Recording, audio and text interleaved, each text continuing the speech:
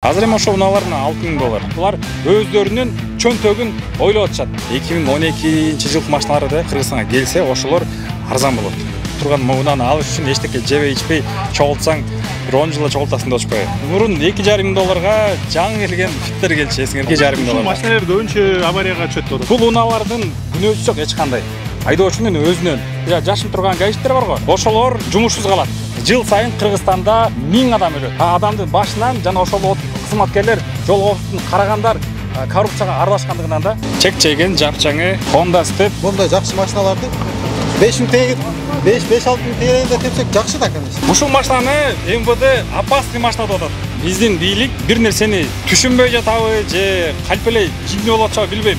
Кириш керек. Чындыгы чет мамлекеттин желегин тагып биз айдашыбыз керек экен. Кыргыз деген жүрөктө кыргыз деген желек болуш керек да. Мамлекеттик кызматкерлер айдап жүргөн машинанын баарын металлоломго сдавать этип, анын ордуна сол рулдуу унааларды алгыла. Салам, сиз медиа капты көрүп баштадыңыз. Мен атым Арген Бактыбек уулу. Бизге көрөрмандарыбыз жазып атат. Кыргызстанда автопарк эскирип кетти, ушул тууралуу бир берүү жазабайсыңарбы деп. Биз ушуну жазаш үчүн бүгүн мына унаа базарына келдик. Өлкөдөгү эң чоң унаа базары бул. Бул жерде бүгүн Заипошки аттуу кыймылынын жыйыны өттү. Бул жерде оң рулдуу машиналерге кайра уруксат киргизүүгө уруксат берилсин деп айтып жатышат. Өзүңөр билгендей 2015-жылы бул тыюу салынган. Бул мыйзамга ошондо эле активисттер каршы чыгышкан. Анда укук коргоо органдары оң рулдуу машиналер жолдордо абдан кооптуу абал жаратып, авариянын саны көбөйүп жатат деп айтышкан. Башкалары ЕАЭСтин мыйзамдарына бул каршы келет деп айтышууда. Бирок ошол эле учурда акыркы айлары парламентте бул маселе кайрадан көтөрүлө баштады. Алар кайра уруксат берели деп демилгени көтөрүп атышат. Активисттер дагы жандана баштады. Өзүңөр көргөндөй азыр бул жерде митинг дагы өттү. Жүргүлө ушул кыймылдын башчысы Эртай Исхаков менен ушул тууралуу сүйлөшүп көрөлү. Оң рулдуу машиналар көп аварияда катышып атат, ушу кооптуу абал жаратып атышат деп. Калп. Анын баары калп. Кооптуу абалды оң рулдуу унаа эмес. Ошол МВД саткан айдоочулук көлүктөрү окубай алган айдоочулар ошолор көбүнчө ДТП кылат, ошолор көбүнчө опыту жоктуктан, билими жоктуктан жана ошондой эле МВДнын өзү кызматкерлери ошо паракорчулукка аралашып кеткендиги себеп. Анан кийин ЕСтин дагы мыйзамдарына каршы чыгып атат. Болуп атат деп атышат да буну. Аны ким айтып атат? Айтылып келет да. Ал дагы калп. ЕСте эч кандай оң рулдуу унааларды колдонбоо, айдабоо боюнча эч кандай бир дагы мыйзам жок. Анын айткандын баары элдин башын айлантып, аларды башка жака буруп, жөн эле коркуткан.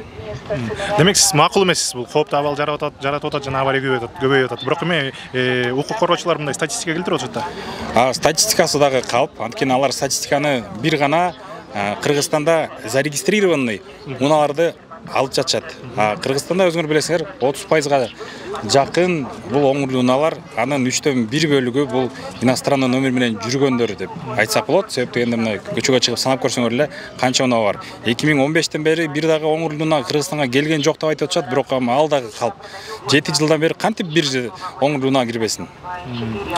Демек башка схемалар менен дагы эле оң рулдуулар кирип атат деген. Ооба, мындай схемалар бар. Бул схемаларга өтө чоң жерде иштеген адамдар дагы аралашып калышы мүмкүн. Ошол эле МВДнын өздөрүнүн кызматкерлери ушул боюнча чорный схема менен унааларды регистрация кылып, бир аз тыйын берип койсоң, ошол эле чет мамлекеттик армян болобу, абхаз болобу номерлерди кыргыз номер кылып берип атышкандар фактылар толтура. Демек болбой эле кирип атат деп айтып атасыз. Бирок сиздин оюңузча, сиз көптөн бери ушул теманы көтөрүп келатасыз. Эмне үчүн булар тыйып салып атышат? Тыйып салгандын бир эле себеби бар. Менин оюмча бул чет жактан келген мындайча кысым десек болот. Ошол МВДга болобу, ошол эле бийлик өкүлдөрүнө болобу, башка Таможня союздагы машинасын чыгарган мамлекеттин машиналарын биз сатып алып, алардын соодасын, базарын жүргүзүшүбүз керек. Себеп дегенде азыр Япония ачылып калса, алардын соодасы токтоп калат. Ошол эле бир эле себеп ушул, башка себеп жок.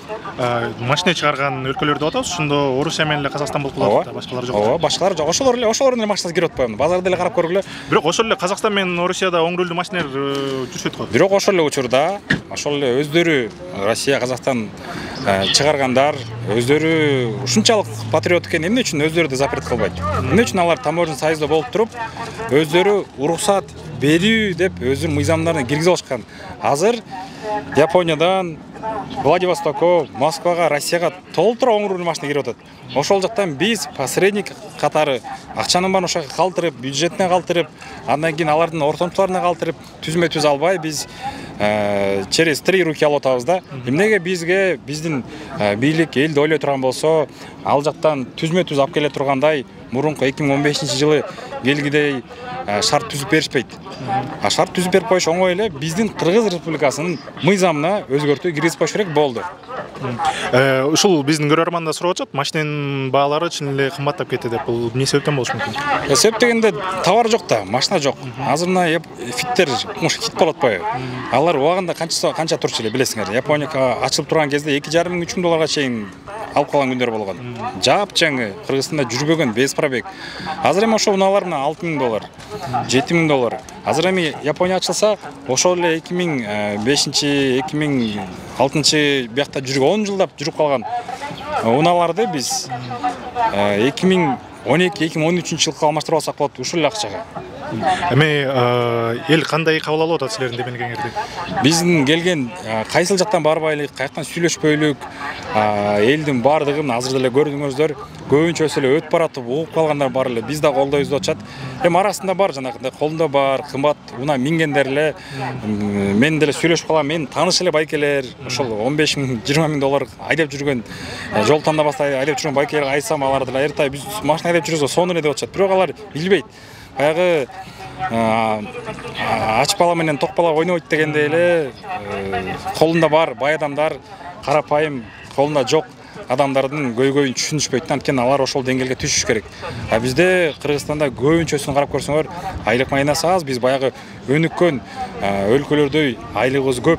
Унааларды каалагандай айдап жүрө албайбыз. Бизде болгону мына базарга кыдырып көрсөңөр, биз азыр арзан унаалар турган сектордо жүрөбүз. Ушул жакта элдер бар, калган жагында элдер өтө аз. Кесиптештер жазыптыр, эксперттен интервью алыптыр. Алар айтып атат, эгерде азыр Япониядан импорттой баштасак машинаны, кайерле кымбат болот деп айтышты. Ал кымбат деген айткандары, ал жанагы 2016 деп атпайбы, азыр таможня союзга такап атпайбы?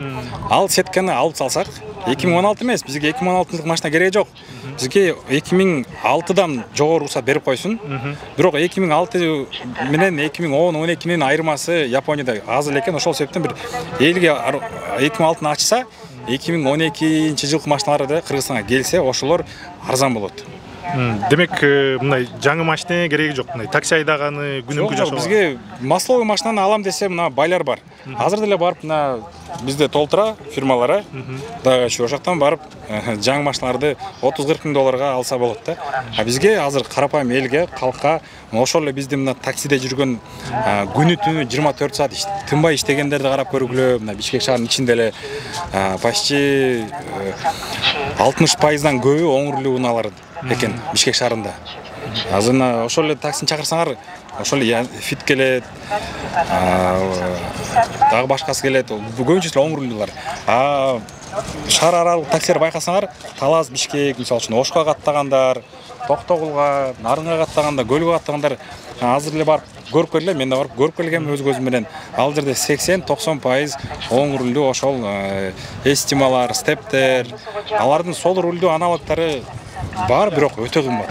Бийлик жактан кандай реакция болуп атат? Алар бир эле киргизүү эмес, таксиге дагы тыюу салабыз деп атпады оң рулдуу. Бийлик жактан ал дагы мына МВДнын чыгарган нерсеси. Ал дагы ошол политика. Эми ошол оң рулдууларга тыюу салабыз дегени бул дагы туура эмес. Биз дагы ал нерсеге каршыбыз. Сол рулду кымбат унан алып алып туруп ким таксиге иштейт? Албетте акчасы аз, айлык майнасы аз, жашоосу орто адамдар эле арзан оң рулдуу машиналарды айдап алса, сол рулдуу жакшы андай жаңы унаалар $10,000 ар жагы турат. Жана митингде айткандай эле ошол $10,000 турган унаны алыш үчүн эчтеке жебей ичпей чогултсаң 10 жылда чогултасың деп очпойбу. Эми ошол үчүн биякта бир эле нерсе Кыргызстанга керек, айдан ачык нерсе бул Япониядан чыккан оң рулдуу унаалар, алардын сапаты жана баасы, жана алардын обслуживаниясы. Силердин кийинки кадамдарыңар кандай болот? Кийинки кадамыбыз азыр биз мыйзам долбоорун жазып баштадык. Бул өтө мындай чоң объемдуу жумуш экен. Жана ал өтө кылдаттык менен жазыш керек экен. Өтө юристтер менен бүтүр точкасына чейин бардыгын ошол жогорку кеңештин юристтери текшергенде, өкмөт жактан текшергенде, чтобы так, анан кийин түз оңой өтүп кете тургандай кылыш үчүн. Ошону даярдап жатабыз. Ошону дайындап, буюрса кийинки кадамыбыз дагы чоң масштабтуу жыйын өткөзөбүз борборубузда. Ошол жактан Кудай буюрса мыйзам дайыр болуп калса, ошол жерден кол топтоону баштайбыз. Жана ошондой биз азыр ушу жеке адам катары эмес, юридикалык жак болуп, мындайча биз коомдук кыймыл түзүп жатабыз, элдик коомдук кыймыл. Ошонун эң биринчи проектси ушул оң рулдуу унааларды Кыргызстанга алып келүү демилгеси болот. Себеп дегенде депутаттарга эле ишенип биз алардын оозун карап отура берсек, арасынан каршы чыккандар да болуп жатат. Аларга ишеним мындайча айтканда уже мурункудай артпай калды. Болбосо 1 жыл боло элек шайланып келгендерине. Ошон үчүн биз конституциянын беренесине ылайык элдик демилге көтөрүп, элдик мыйзамды Кыргызстанда Кудай буйрса 10,000 адамдын колун топтоп биз алып барып президенттин астына жогорку кеңештен өткөзүп беребиз. Анан ал жактан алар чечсин. 10,000 адамга колдоо беришеби же каршы деп беришеби. Анда ушул кымбаттап кетти деп көп жазып атышат. Жүрүп эле чогуу барып карап келбейлби? Чын эле кымбаттап тур, канча пайыз кымбаттаган? Ипошкаларды карайлы да, бул эмелерди. Азыр мына 94-жыл дейт. 94 жылкы 2,5 миң. Мурун $2,5 жаңы келген фиттер келчү, эсиңерде? 2015-жылдары. Бирок эми 94-жыл болсо бул эми мусор эле болуп калып атат да. Ооба. Канча жыл болуп кеткен? Honda Step үлгүсүндөгү уна 2003-жыл экен, автомат. 2.4 свежий. Көрүнөрбү? Идеальный состояние 12,5 экен. 12,5 деп атат, ушул адекваттуу баабы ушул машинеге? 2003-жылкы машинеге. Эми бул мына базардагы көргөндө эле мына экинчисин карап көрөлүк. Бул 2004 экен. Бул дагы свежий дейт, 12,5 дейт бул дагы. Кыргызстанда оң рулдуу унаалар бар, свежий. Өзүңөр мына көргөндөй эле. То есть свежий дегени бул азыр келгени деген да бул. Без пробега по Кыргызской республике. $2,5 Ушул машиналар көбүнчө аварияга түшөт деп атат да, жана межобластной айдаган таксисттер. Бунун чечими бар деп айттыңыз эле. Бул эми жана айткандай эле бул албетте ушул машиналар шаар аралык таксилердин 80-90%-ын түзөт. Анткени булар 7 кишилик, бензинди аз ичет. Биздин Кыргызстаныбыз өзү тоолуу аймак. Тоолуу аймакка ушул эле унаалар чыдайт экен. Сол рулдуу унаалардын майлары агып, алар жарак иштен чыгып калат экен. Бул унаалардын күнөөсү жок эч кандай. Айдоочунун өзүнөн. Эгерде ушул Кыргызстанга бийлик элди ойлосо, элдердин жанын ойлосо, точка А, точка Б деген комплексный камераны коюш керек. Бул азыркы камераларда эмес, алар экөө болот. Бирөөсү мисалы үчүн Бишкектин Сосновкага коюлат, экинчиси мисалы үчүн Таласка баратса, аркы Канизаводко коюлат, өтмөктөн өткөндөн кийин перевалдын ар жак бетине. Ошол аралыкты канча километр болсо, мыйзам эреже менен сактап, ушул айдоочу айдаса, канча саатта жетсе болот деген суроо болот. Аны эсептеп чыгып, мисалы үчүн ошол аралыкта бир 5 саатта барыш керек же 4 саатта барыш керек. Эгер ошонун эртерээк келип калса, ар бир мүнөтүнө штраф кылса болот. Ошол нерсени бардык жерге, Сосновкадан аркы Токтогулга, аркы Токтогулдун ар көздө Ошко, бияктан мисалы үчүн Бишкектен Токмокко чейин, Токмоктон ары Балчага чейин жасап койсо, ал уже көрүнүп турат. Кайсыл унаа, кайсыл жерден канча километр жүрдү, канча километрди канча убакытта келип калды. Ошентип койсо эле жасап койсо болот. Мына ошол Кытайда ар бир шаар аралык эмес, ар бир айылдын ичинде бар экен даже бул нерсечи. Демек жана безопасный город деген системаны дагы толукташ керек. Жанагындай безопасный город областтын ортосунда айдагандарды дагы текшерип туруш керек. Экинчи безопасный городдун экинчи варианты. Бул нерсеге азыр МВД каршы чыгып атат, айтып коеюн. Анткени алардын коррупционный схемалары, жанакы көчөдө турган, аргача жашын турган гаишниктер бар го. Ошолор жумушсуз калат. Бул нерсеге алардын болгон бир эле далили бар экен. Эмне үчүн каршы болуп атасыңар деп сурашса, алар айтат, бизге биздин мыйзам боюнча место совершения правонарушения либо преступления важно дейт. То есть местосы, времясы. А эгерде ушундай точка А, точка Б деген өнүккөн мамлекеттердикиндей, ошол Кытай, Грузияныкындай, Американыкындай кылып койсок Кыргызстанга, анда айдоочу кайсыл жерден правонарушение кылганын биз билбей калабыз. Ошон үчүн бул нерсе бизге керек эмес деп булар өздөрүнүн чөнтөгүн ойлоп атышат. Жыл сайын Кыргызстанда 1000 адам өлөт. 10 жылда 10.000 адам өлдү. 10.000 адам бул Афганистандагы согушта дагы мынчалык адам өлгөн эмес. Кыргызстанда асманыбыз ачык, тынчтык болгон убакта адамдар кырылып атат. Бул машинадан оң руль же сол рульдан эмес, адамдын башынан жана ошол кызматкерлер, жол коопсуздугун карагандар коррупцияга аралашкандыгынан да.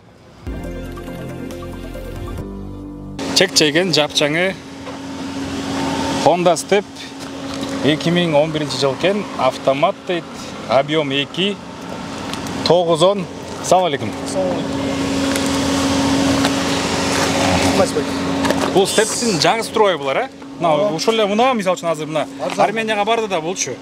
Ал жактан Армениядан барып алып келдиңиздер, туурабы? Армениянын бюджетине акча төлөндү, налоги төлөндү, аяка барып силер жатаканага акча төлөдүңөр. Ал жактан муну алып келгенге жол арасында акча кетирдиңер. Ал жактан да алганда силерге японецтен саткан жок да, туурабы? Ал жакта армяндардан алдыңыздар. Армяндар болсо тияктан алып келди. То есть ортодон биз башка өлкөгө, башка өлкөнүн бизнесмендерине акчабызды калтырып, рисковать этип, ал жактан алып келип атабыз да. Бул машина качан Кыргызстанга кирип атат? Сиз ээси ким экен? Эсизби. Эсизде качан кирген Кыргызстанга? Бул 15 күн. 15 күн свежий турбай Кыргызстанда, э? Ошондо жанагы конечно, кирип калса бизге жакшы болмок да, могу арзан тебип калмак. Элдер дагы мондай жакшы машиналарды 5000 теңге, 5-6 мың теңгеде тепсек жакшы да, конечно. Кыргызстанга эле келмек. Кыргызстанга келсе примерно башка бирөөлөр жеп атат ортодо. Кыргызстанга келсе канча арзан болушу мүмкүн? Ушул эле унаа мисалы. Ушул эле унаа Кыргызстанга келсе 5-6 мың. 5 деп койчу. 5 миңге. Ошондо 2 эсе чөбү. 5 миң болмок да ушул машина. Элге жакшы болмок да. Ичин көрүп тартканса болобу? Мына карагылачы кандай сон 2011 жылкы. Ушул машинаны МВД опасный машина деп атат. Айдабаш керек деп атат МВД. Эки жагында тең бар экен, Ошондо мындай да, расмий тыюу салып коюп атышат. Оң рулду машинаны киргизсе болот. Бирок Армениядан кайра бизге кирип аткан турбайбы? Бул биякта өзү оформление кылып алат да. То есть биздин бийлик бир нерсени түшүнбөй жатабы же калп эле жинди болуп атабы билбейм. Расмий түрдө кыргыз номерлери менен айдаганга болбойт. Кыргыз номерлери опасно дейт. А бирок армянский менен айдасаң не опасно дейт. Кыргыз номерин айдасаң ДТПга түшөсүң дейт. Армянский менен айдасаң ДТП болбойт дейт. Служебный машиналарды эле правил болуп жүрбөйбү? Служебный машиналарды мына өзгөчө мына региондо, даже Бишкек шаарында да Октябрьскийдики ровдда оң руль унаалар.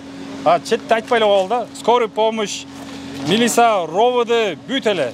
Кыргызстан 95% тоодон турабыз. Тоолуу аймакка ушулар эле чыдайт да. Башка уна чыдабайт. Бул жерде адамдар чогулуп калды. Силер оң рулду машиналар киргизүүгө кандай көз караштасыңар? Киргиз керек. Мына бул жерде 20га жакын адам баары колдоп атышат. Карачы. Кандай соска, ля-ля. Дагы эмне десе болот? Асаклоо? Ачыңыз. Бул да сиздикиби? Баасы канча? 11800. 11000. 11800. Газ менен. Кыргызстанда 1 километр жүрбөгөн унаалар да булар, жапчаңы. 15 күн болду келген. Келгенде 15 күн карачы. Ошондо бул Арменияда деле көп айдалган эмес да. 114 күн пробег. Тоже свежий. 114 000 родной пробег. Буларды 5 жыл без вложения айдап атса. Кыргызстанда. Ошо Кыргызстанга азыр мына Ошондо Кыргызстанга киргизсе болбойт, Арменияга болот, Армениянын бияка алып келсе болот, Жанагы мыйзамын кайра эле эме лазейкасы бар экен да. Кире берет экен да. То есть мындай номер менен айдасаң болот. Мындай номер менен мына өзүңөр көргөндөй Армениянын номери. Баасы 11 миң дейт. Эгерде бул түз Кыргызстанга келсеңиз айтып атасыз. Эки эсе арзан дейт. Эки эсе арзан болмок. 5 миң, 6 миң долларга турмак да. бул деген азыр кыргыз номер экен, Бул деле Альфард. 12.300 доллар. Тигил 2000 канча эле 2006 болчу. Баасы 11.800. Бул 12.300. Бул байке кыргыз номер өзүнүкү же өзүнүкү?